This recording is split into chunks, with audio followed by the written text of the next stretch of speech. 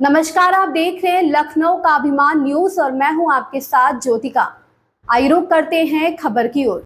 Delhi MCD की mayor शेली ओबराय कहती हैं, आज हमने 12 जून के डिप्टी कमिश्नरों और अन्य वरिष्ठ अधिकारियों के साथ बैठक की। बैठक का मुख्य उद्देश्य स्वच्छता सुनिश्चित करना था।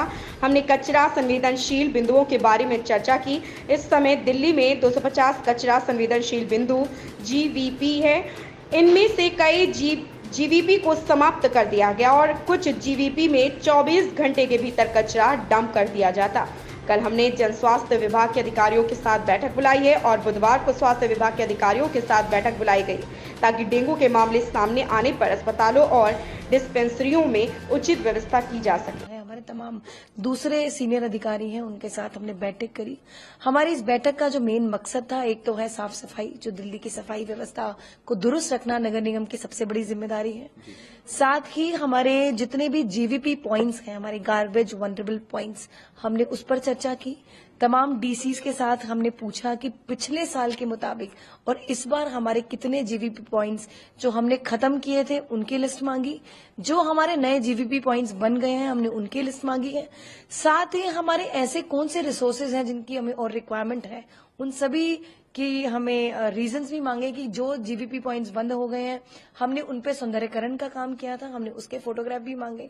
और आने वाले समय में हमारा मकसद है कि इन जीवीपी पॉइंट्स को खत्म कर दिया जाए और जो तमाम अधिकारियों द्वारा दिए गई लिस्ट के मुताबिक हमारे आज की डेट में पूरी दिल्ली में हमारे 225 जो है हमारे जीवीपी पॉइंट्स हैं, उनमें से काफी कुछ हम खत्म कर चुके हैं और कुछ कुछ ऐसे हैं जिनमें हम 24 घंटे के अंदर ही हम वहां से कूड़ा उठाकर डंप कर देते हैं। देखिए, मॉनसून आ चुका है और अभी कुछ ही दिन पहले दिल्ली में रिकॉर्ड तोड़ बारिश हुई जिसने 88 साल का रिकॉर्ड तोड़ा। और मैं सबसे पहले धन्यवाद करना चाहूंगी हमारे एमसीडी अधिकारियों का, जिन्होंने दिन रात मेहनत करके जो जल भराव की समस्या से दिल्ली की जनता को निजात दी।